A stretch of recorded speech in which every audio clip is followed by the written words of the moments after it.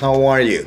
Well, this second session of class in this second week is going to be related of decimals, okay? So we're going to remember how the decimals work, how to compare, how to organize decimals from least to greatest, from greatest to least.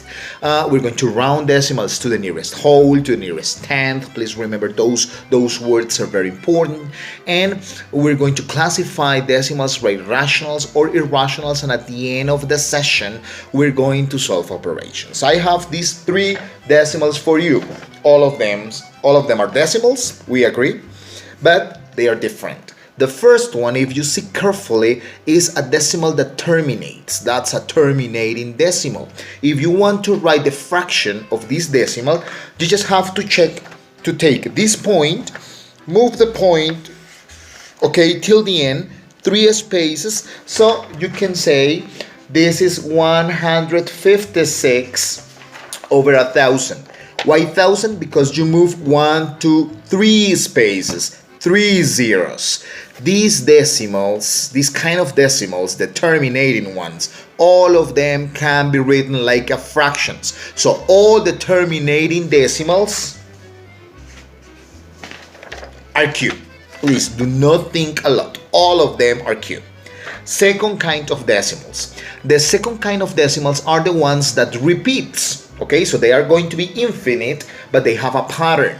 If you see this line, it means that this decimal is 0.77777777. I told you in the calculator, sometimes you're going to see 0.77778 at the end. Why 8 at the end? Because the calculator is rounding the number, okay? But this is the real number. This is the real number, just sevenths. These kind of decimals can also be written like a fraction.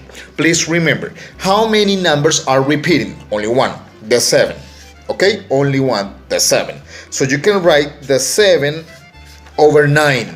These kinds of decimals are divided by 9, 99, 999, depending on the numbers that are repeating. In this case, only one number is repeating, so only 1 9. These kind of decimals are also Q. Terminating and repeating decimals are rationals. The third kind of decimals is this one. The ones that they don't repeat, they don't finish, so no possible for me to predict what is coming. These kind of decimals, the pi, for example, we cannot write the fraction. These kind of decimals are irrationals.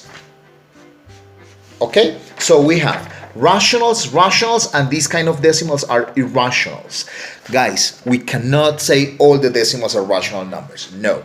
We cannot say all the decimal numbers are irrationals. No. All of them are real. Sums are rationals, sums are irrationals, depending on the characteristic. Okay? So in here, we have a basic review of what we're going to study in the session 2. We're going to remember the kinds of the decimals, and we also are going to remember how to solve operations. Please remember, for adding and subtracting, line up the dot. For multiplying, we multiply normally and we move the point at the end. And for dividing, we need to identify if we have a whole by whole, whole by decimal, decimal by decimal, or decimal by whole. Each kind of division is different. If you need one extra video or explanation, just let me know. I'm going to upload a second video showing you the way for solving operations. Okay, you can be in contact with me. You can email me, write an email, a message to me, and I'm going to answer as soon as I can. Okay, so bye bye. I hope you understand what I want to say in this video. See you in the third session. Bye bye.